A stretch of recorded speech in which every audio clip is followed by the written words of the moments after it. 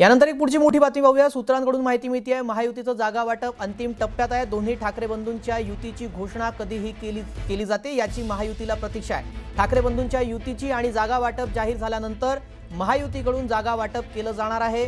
त्या संदर्भात जाहीर घोषणा केली जाईल। ठाकरेंच्या युतीनंतर काही जागांचा अंदाज महायुती घेणार अशी मोठी माहिती आता समोर आलेली आहे। महायुतीचं जागा वाटप हे अंतिम टप्प्यात येऊन पोहोचलेलं आहे। या संदर्भात अधिक माहिती जाणून घेऊयात। उदय जाधव आमचे प्रतिनिधी या संदर्भात अपडेट देतील।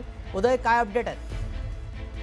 वरिष्ठ सूत्रांकडून जी माहिती मिळाली त्यानुसार आता महायुतीचं जागा वाटप जे आहे अंतिम टप्प्यामध्ये आलेलं आहे। 150 जागांवरती एकमत या आधीच झालं होतं। उर्वरित 77 जागांवरती देखील अंतिम तोडगा जो आहे तो निघत असल्याची माहिती मिळते आहे। त्यातच आता दोन्ही ठाकरे बंधू जे आहेत ते आता युती कधी जाहीर करतात याकडे महायुतीचं लक्ष लागलेलं आहे। जर का दोन्ही ठाकरे बंधूंची युती झाली तर त्या दृष्टिकोनातून त्यांचं जागा वाटप कसं होणार आहे, विशेषतः दादर, वरळी, लालबाग, परळ, भांडूप, मागटणे हा जो मराठी बहुल विभाग आहे तिथे ठाकरे बंधूंचं जागा वाटप कसं होतंय त्या दृष्टिकोनातून पुढची रणनीती जी आहे ती ठरवली जाणार आहे। आणि त्या दृष्टिकोनातून आता महायुती देखील सज्ज झालेली आहे की ठाकरे बंधूंचं जर युती झाली, त्यांचं जागा वाटप जर जाहीर झालं तर त्या काही मोठ्या जागा वाटपांवरती काय रणनीती असली पाहिजे याचं अंतिम जो आहे रणनीती ती ठरवण्याचं आता महायुतीची आहे ती सक्रिय झाले असल्याची माहिती मिळते आहे। जी, धन्यवाद उदय आपण दिलेल्या सविस्तर माहितीसाठी।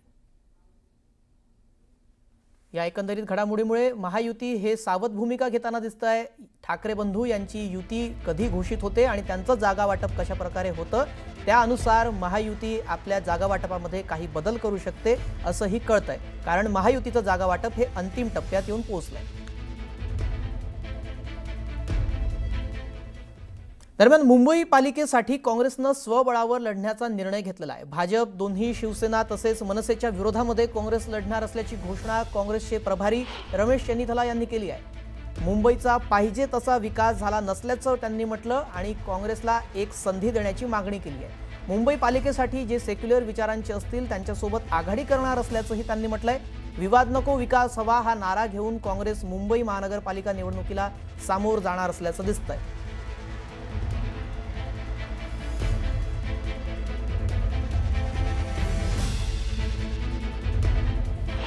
कांग्रेस पार्टी इस बार चुनाव अकेला लड़ रहे हैं। महा विकास आघाड़ी के साथ हमने पार्लियामेंट की चुनाव लड़े, असेंबली की चुनाव लड़े, लेकिन इधर लोकल बॉडी के चुनाव है। लोकल बॉडी के चुनाव लोकल लेवल पे कंडक्ट करते हैं। हमारे कार्यकर्ताओं को भावना को लेकर के मुंबई रीजनल कांग्रेस कमेटी ने यह डिसीजन लिया था कि इस चुनाव में हम आगे लड़ेंगे। मुंबई के जो विकास होना चाहिए ये नहीं हो रहे। मुंबई महापालिका निगम के ऊपर जितना भी के द्वारा जितना भी काम लोगों को होना चाहिए था वो नहीं हुआ है। इसके जिम्मेदार कौन है? सबको जानते हैं इसके जिम्मेदार कौन है। इसको हम लोग हाईलाइट करना चाहते हैं। यानंतर पुढची घडामोड पाहूया। अजित पवार, सुनील तटकरे आणि मुख्यमंत्री देवेंद्र फडणवीसांमध्ये रात्री जवळपास 1 तास बैठक पार पडली। राज्यातील अनेक मनपांमध्ये राष्ट्रवादी स्वतंत्र लढण्याची भूमिका त्यांची जी आहे ती या बैठकीमध्ये मांडण्यात आल्याची माहिती सूत्रांनी दिली आहे। पुणे, पिंपरी आणि अमरावतीमध्ये राष्ट्रवादीची स्वतंत्र लढण्याची तयारी आहे, तर मुंबईमध्ये देखील राष्ट्रवादीने स्वतंत्र लढण्याची तयारी केली आहे। पुढील काही दिवसांमध्ये अधिकृत घोषणा केली जाण्याचीही शक्यता वर्तवली जाते आहे। नगर परिषद निकालानंतर या संदर्भात घोषणा होण्याची शक्यता आहे। राज्यातील अन्य मनपांमध्ये मात्र राष्ट्रवादी स्थानिक पातळीवर अनेक ठिकाणी भाजपा शिवसेना सोबत प्राधान्य युती करणार असंही बोललं जात आहे, पण जिथं युती होत नाहीये तिथं स्थानिक पातळीवर शरद पवार, राष्ट्रवादी आणि अन्य यांच्यासोबत आघाडीची बोलणी करण्याचे संकेत या बैठकीमध्ये राष्ट्रवादीच्या नेत्यांनी सीएम फडणवीस यांना दिल्याची माहिती आहे।